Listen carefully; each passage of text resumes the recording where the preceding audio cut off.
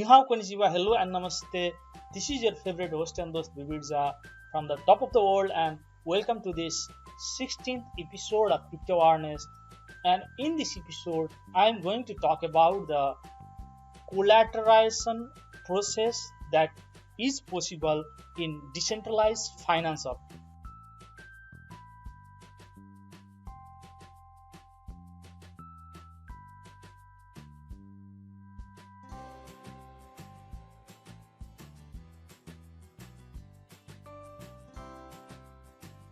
In DeFi, you can do all the financial activities like lending, borrowing, or even mortgaging, whatever we used to do in the traditional financial institutions. And the advantage here is that you have lot more economic advantage in DeFi Hub that was not possible in the traditional finance. Let's dissect the different terminologies that you need to know in collateralization. Collateralization in simply Nepali language is called Jito Rakera loan nikalnu. So suppose to take out the loan worth $1,000, if you have to put the collateralized assets that evaluates to say $2,000, then your collateralization ratio is 200%. If another place offers you $1,000, just keeping the mortgage or collateral worth $1,500, then in that case your collateralization ratio is 150%. Then obviously you would prefer such financial facility or DeFi portal where the collateralization ratio is lesser and lesser. And also to be noted is that in the flash loan concept that is facilitated in DeFi Hub like Aave, the collateralization ratio is just 0%. That means if you complete the set of transactions within a single block, then you can borrow limitless amount of money putting zero collateral. But we will discuss that flash loan concept in upcoming episodes. Now let's dissect some of the further terms in collateralization. So in collateralization, there is another term, liquidation price. So liquidation price means, suppose to take out the $1,000 loan, you have to put say your car, which the banks or financial institution evaluates to $1,500, then, and it so happens that if that car price which you have put as collateral devaluates to just $1,200 and the banks no longer agrees to accept that collateral, then in that case the liquidation price of that banks or financial institutions is just $1,200. Simply put in words, liquidation price is if a collateral price drops to or under the liquidation price, then the loan is unsafe. That means the banks, financial institutions, or the DeFi Hub would not offer you collateral putting that particular assets. Okay, so now let's dissect the terms liquidation ratio.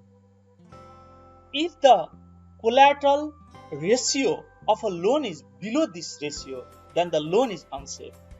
That means, suppose say a financier says you have to at least put double the price as collateral of what you are taking as loan, otherwise we won't offer you loan.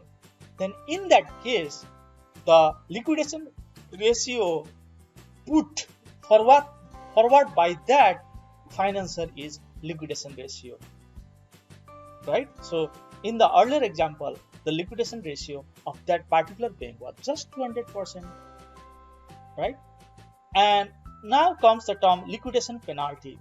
Liquidation penalty means it is applied on top of the debit amount and paid to the liquidator. Means suppose you take out the $1,000 worth loan, and at the end of the day, or at the end of and while you are repaying that loan, then you have to pay $1,000 plus, say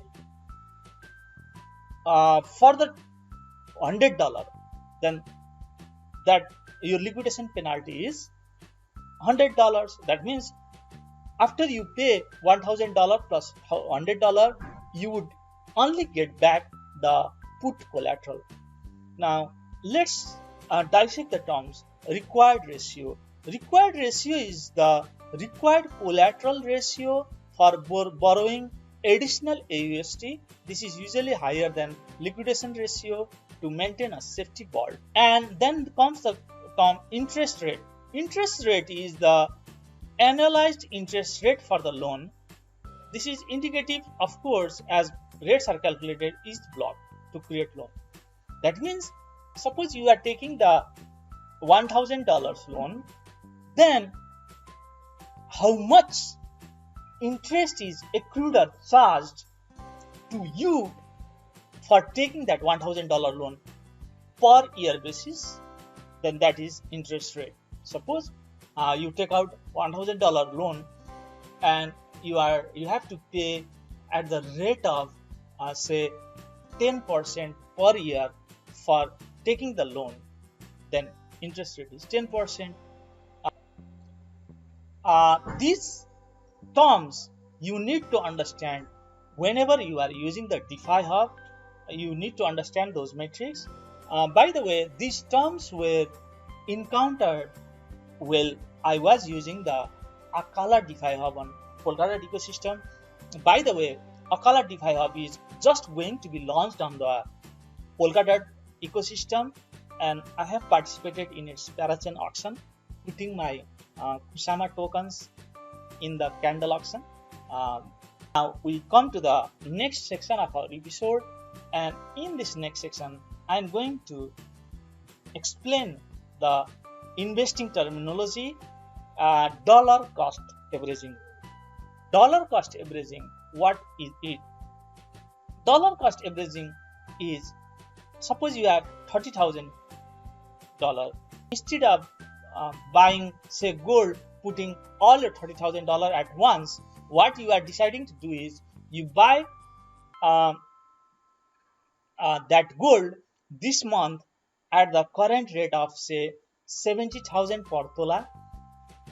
Next month you would put your next $10,000 to buy the gold at that month's exchange rate, say 80,000 per tola, 80,000 per tola, and then the next month you would put your remaining $10,000 to buy the gold at that month's exchange rate, say 60,000 per tola. So here what you are doing is you are dollar cost averaging on 1 month gap, and with this DCA, dollar cost averaging investment strategy, it reduces the buying power volatility due to price fluctuation of gold. That means instead of buying say $30,000 worth gold at once, if you buy the $10,000 this month, $10,000 this month, and $10,000 this month, then the buying power fluctuation which you have to face is reduced a lot. And this was the 16th episode of Crypto Awareness, where we talked about the collateralization